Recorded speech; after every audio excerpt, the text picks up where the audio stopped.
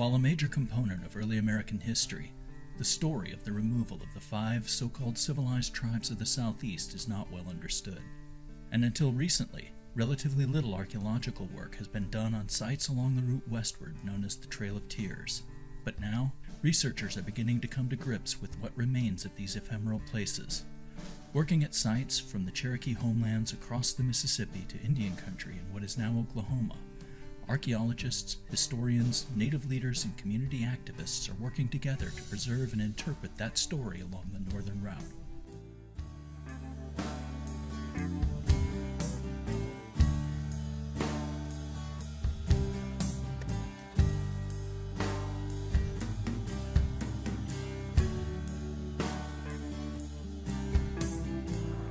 Listed on the National Register of Historic Places, the Snelson Brinker Farm was a stopping point for at least one detachment of about 1,000 starving, exhausted Cherokee on the Trail of Tears.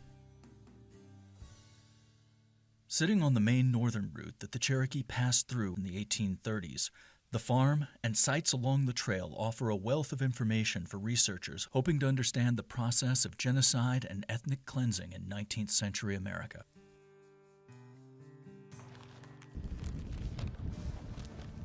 As it stands, this is what is left of the Snelson Brinker house.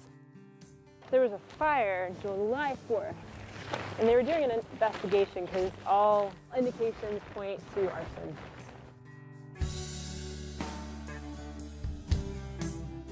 In the aftermath of the fire, can the activists rescue history from the arsonists' flames?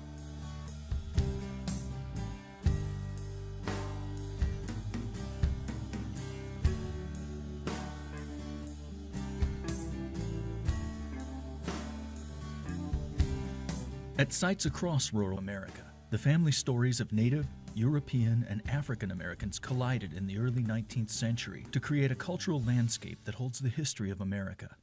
In November of 2017, volunteers began clearing the farmhouse site in advance of the first stages of archaeological investigation.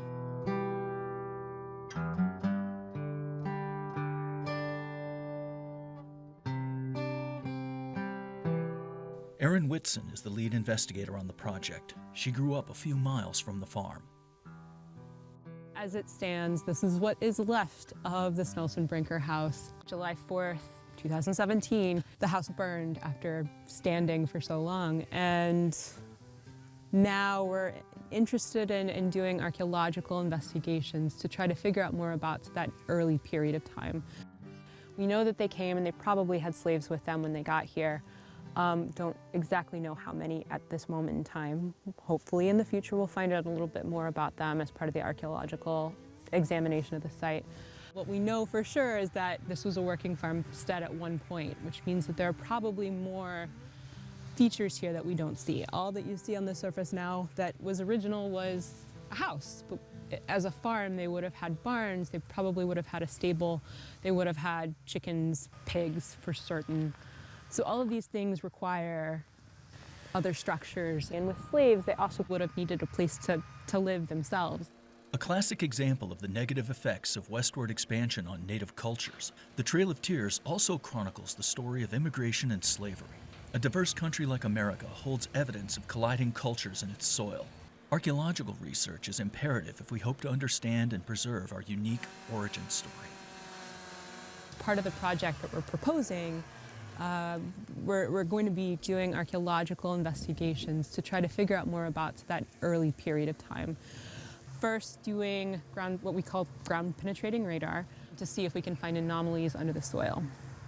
We'd also eventually like to do a shovel testing survey where we walk so many meters and we dig a hole. And if we find things, we flag it for further investigation if it warrants it, and then from there move on and keep going until the whole 1.7 acres is surveyed. You know, when you're thinking about, well, what are these archaeologists going to find when they start excavating? And it's kind of wild sometimes seeing what sorts of things survive over time. You know, I mean, we all kind of know in our heads, you know, some of the sorts of things you might expect from that time period, but seeing it is kind of different. Handling it is kind of different.